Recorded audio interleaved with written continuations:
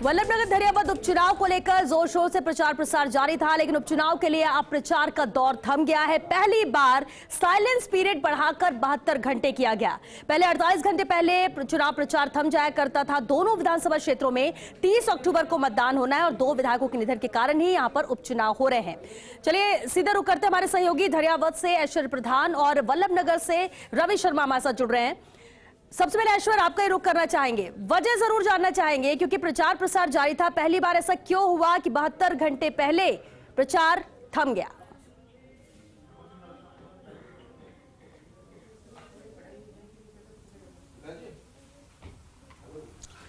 देखिए, सबसे बड़ी बात यह है कि 72 घंटे पहले इसके कई रीजन है। सबसे मुख्य रीजन जो है वो कोरोना गाइडलाइंस के हिसाब से भी देखा गया। तो दूसरी तरफ इस क्षेत्र में इस तरीके के जो फैसले होते हैं विभिन्न विधानसभा क्षेत्रों में, वो निर्वाचन विभाग अपने लिहाज से लेता है और निर्वाचन विभाग उससे पहले समीक्षा करता है। समीक्षा के बाद इस तरीके के फैसले लिए जाते हैं। ये पूरा क्षेत्राधिकार उनका है। लेकिन बड़ी बात यह है कि सियासी समीकरणों की अगर हम बात करते हैं तो यहाँ के सियासी समीकरण धरियावद की, अगर हम अकेले धरियावद की बात करते हैं, चूंकि वल्लभनगर और धरियावद दोनों पास पास में है, ज्यादा अंतर नहीं है। यही क्षेत्र है, मेवाड़ का क्षेत्र है। लेकिन सबसे बड़ी बात जो है वो ये है कि धरियावद में जिस तरीके की बातें कही जा रही थी उनसे परे अब मुकाबला यहां का बेहद रोचक हो गया है।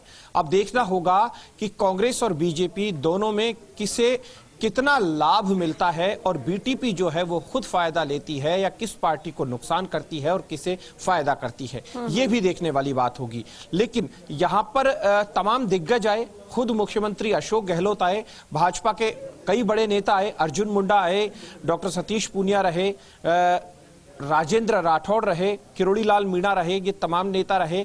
तो कांग्रेस की ओर से एक दिग्गजों की यहां मौजूदगी रही। सभी ने अपनी अपनी बात कही। लेकिन बड़ी बात यह है कि आदिवासी तबके में आखिरकार किसका मैसेज गया? महंगाई को लेकर मुद्दा रहा या फिर आदिवासियों में अपने जो लोकल छोटे छोटे मुद्दे हैं वो मुद्दे बनेंगे, या फिर भारतीय जनता पार्टी में कन्हैयालाल मीणा जो है वो जब प्रदेश मंत्री बने तो वो कांग्रेस को फायदा देंगे या बीजेपी को फायदा देंगे? क्योंकि वो खुद चाहे कितनी भी कोशिश कर ले, लेकिन जनता में क्या मैसेज जाता है ये देखने वाली बात होगी। प्रशासनिक तौर पर क्या तैयारियां हैं उसके लेकर मेरे सहयोगी इरफान, उनसे हम बातचीत करते हैं। अभी क्या प्रशासनिक तैयारियां हैं यहाँ पर? बिल्कुल, प्रशासन ने पूरी तैयारियां कर ली है। जो कि यहाँ पर पिछले कई चुनाव में जो यहाँ के जो सामाजिक कार्यकर्ता है उन्होंने आरोप भी लगाए थे कि यहाँ पर शराब ले लो, पैसे ले लो, इन तरीके की जो शिकायतें थी उसको लेकर भी एसडीएम रामचंद्र खटीक ने हमें जानकारी दी कि उस पर भी हमारी पैनी नजर आएगी ना। उसके लिए पकड़ दकड़ के लिए प्रशासन ने पूरी टीमें बना रखी है। ये बड़ी बात है कि यहाँ पर ये पास का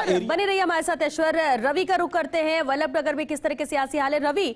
अब क्योंकि देखिए 72 घंटे पहले प्रचार का शोर तो थम चुका है, लेकिन ये 72 घंटे बहुत ज्यादा अहमियत रखते हैं और ऐसे में प्रशासनिक तौर पर सजग रहने की ज्यादा जरूरत महसूस होती है। अभी फिलहाल क्या स्थिति नजर आती है वल्लभनगर में, सियासी तौर पर बात करें तो?